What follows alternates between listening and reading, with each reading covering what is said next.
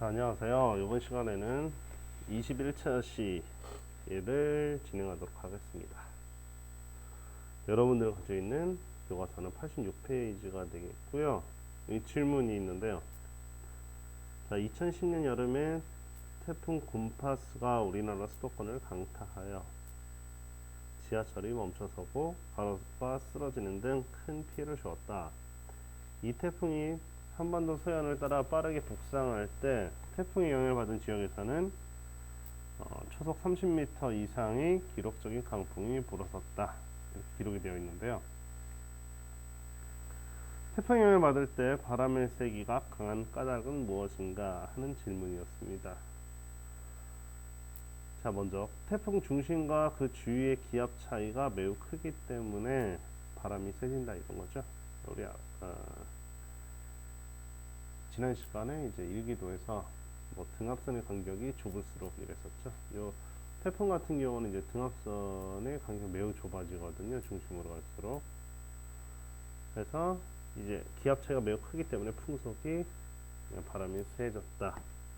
태풍 곰파스의 경우에는 기압 차이로 인한 바람에다가 이동 속력이 더해져서 매우 강한 바람이 불었다. 이렇게 기록이 되어 있습니다. 자, 그럼 먼저 태풍은 무엇이냐? 먼저 태풍은요, 수온이 연평균 27도 이상인 열대 해상에서 주로 발생하며 중심 부분의 최대 풍속이 초속 17m 이상이 될 때를 이제 태풍 이렇게 불러주고요.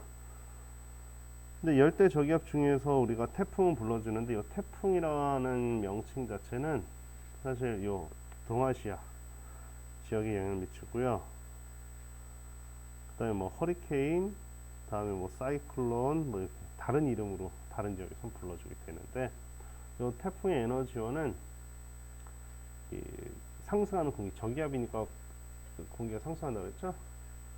자, 공기가 상승하게 되면서 수증기가 응결이 되는데, 이 수증기로 응결을 하게 되면서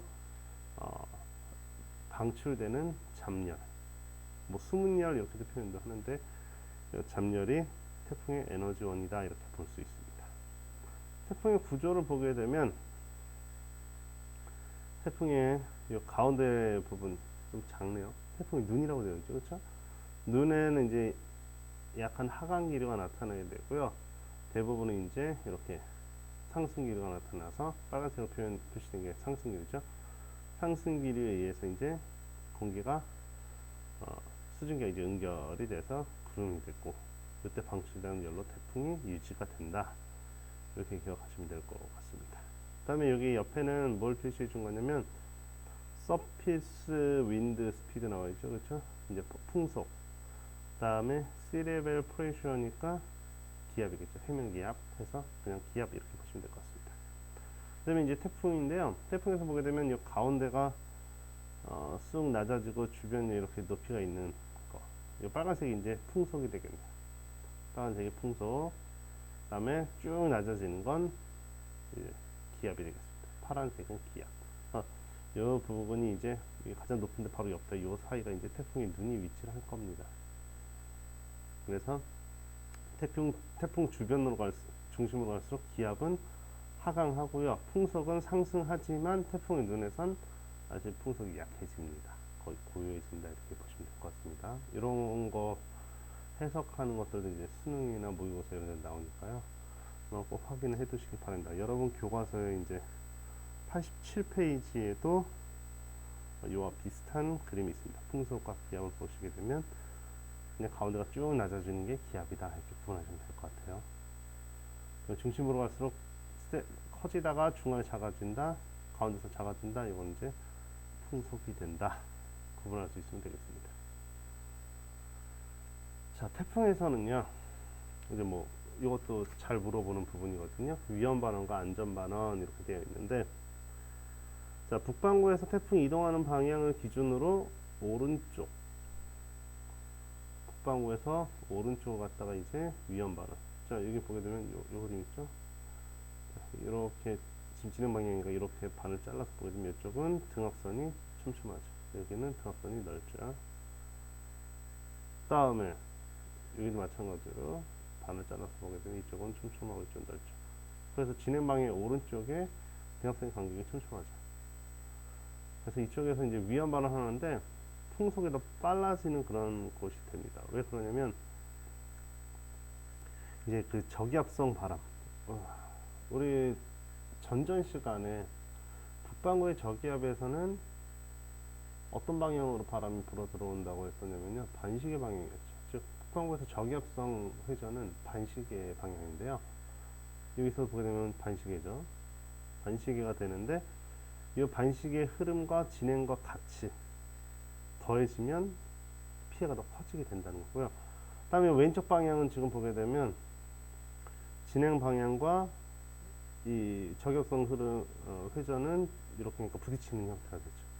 그래서 여기는 이제 바람의 세기가 약해지고 피해가 적어지는 상쇄돼서 약한 바람이 불게 되는 안전반원이 되겠습니다. 그래서 기억할 때 북반구에서는 이동 방향을 기준으로 오른쪽이 위험반원이고 왼쪽이 안전반원이다. 이렇게 기억하시면 될 것 같습니다. 다음에 이제 태풍이 어떻게 가냐. 이 태풍이 계속 유지되는 게 아니죠. 이 태풍은 아까 에너지원이 뭐라고 그랬었냐면 수증기의 응결로 인해 방출되는 잠열이다. 이렇게 이해했습니다. 즉 태풍이 유지가 되려면 열과 수증기를 공급을 받아야 되죠. 그래서 태풍은 열과 수증기를 공급받아서 세력이 강해진다. 근데 이제 이 교과서에 보게 되면 태풍의 강한 바람은 해양의 표층을 혼합시키고 차내수의 상승을 유도한 아래 있는 차내수가 올라간다는 거죠. 그렇게 되면 이 수온이 이제 낮아지는 결과가 되기 때문에 태풍이 만들어진 지나간 그 지역에서 사실은 태풍이 잘 안 만들어지는 게 방해하는 그런 요인으로 작용을 하긴 합니다. 그 다음에 이제 태풍이 진행을 하다 보면 육지에 상륙을 하게 되는데, 육지에 상륙을 하게 되면 지면과의 마찰에 의해서 풍속이 약해지고요. 그 다음에 이제 바다에 비해서 육지 같은 경우는 수증기를 공급하지 못하고, 다음에 이제 북상을 하기 때문에 북상하다 보면 위도가 올라가겠죠.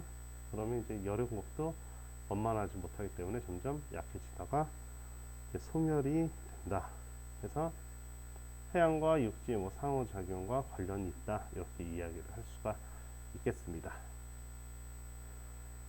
자, 요거는 설명을 안 했는데 요 교과서 한번 읽어보시면 될 것 같은데요. 교과서 86페이지 잘 읽어보시고, 태풍이 만들어지기 위해선 북이가 아니죠. 연평균 27도, 섭씨 27도 이상이 되어야 된다고 그랬었는데, 그러면 적도 부근 해역이 가장 수온이 높지 않을까 생각하기도 쉬운데요.